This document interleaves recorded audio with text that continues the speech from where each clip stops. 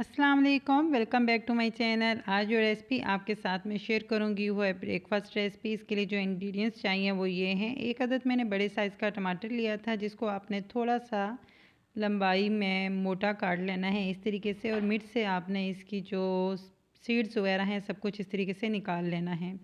ये नमक है जो कि आप टेस्ट के मुताबिक यूज़ कर सकते हैं। दाढ़ा मिर्च है और लाल मिर्च है जो कि टेस्ट के मुताबिक आप ऐड कर सकते हैं। सब्ज़ मिर्च है जो कि 2 अदद हैं, और टमाटर वही यूज़ किए हैं जो कि मैंने मिर्च से निकाल लिए थे, और प्याज भी ली है।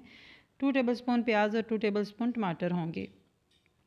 मैं यूज़ कर रही हूँ 2 एग्स। आप 1 एग्स का भी बना सकते हैं। अगर आपने ज़्यादा बनाना हो तो 2 का यूज़ कर लें, नहीं तो 4 से 5 आप इजीली बना सकते हैं।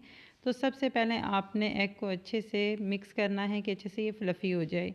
जब वो हो जाएगा तो ये नमक और लाल मिर्च और दाढ़ा मिर्च हैं, आप ये ऐड करके अच्छे से मिक्स करें। उसके बाद जो प्याज, टमाटर और सब्ज़ मिर्च है ये आपने ऐड करनी है। बिल्कुल बारीक कटिंग की हुई होनी चाहिए। अगर ये मोटी मोटी कटिंग होगी तो बिल्कुल भी अच्छी नहीं लगेगी, जैसा कि आपके सामने है। तो इस तरीके से इन तीनों चीज़ों को डाल के आपने अच्छे से मिक्स कर लेना है। बहुत ही डिफरेंट सा ये ऑमलेट कह लें आप, तो इसको ज़रूर ट्राई करना है। खाने में भी बहुत ही मज़े का है और डिस्प्ले करने में भी अच्छा लगेगा। जब कोई गेस्ट भी आ जाए, इवन आप लंच बॉक्स में भी दे सकते हैं। और आप इसको ज़रूर ट्राई करें। ऑयल डाला था जो कि थोड़ा सा मैंने, और इसको डाल के हमने लाइट सा इसे फ्राई किया था, और साइड हमने इसकी चेंज कर लेनी है।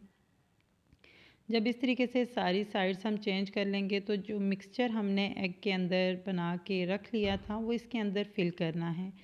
तो टमाटर चाहें तो आप बड़े साइज़ में भी ले सकते हैं, वो आप पर डिपेंड है जो आपके पास हो, बस ज़्यादा छोटा नहीं होना चाहिए, इस तरीके से होना चाहिए आपके पास। तो इस तरीके से जब दोनों साइड से हम इसे फ्राई कर लेंगे तो उसके बाद 1 टेबलस्पून भर के इस मिक्सचर के अंदर आपने मिक्सचर डालना है।